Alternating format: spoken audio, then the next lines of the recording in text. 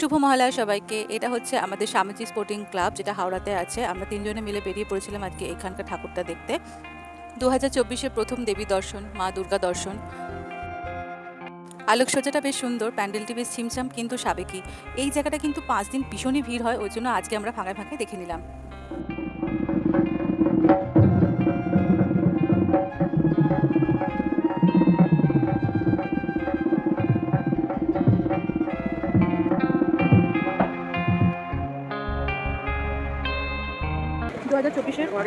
প্রথম প্রতিমা দর্শন,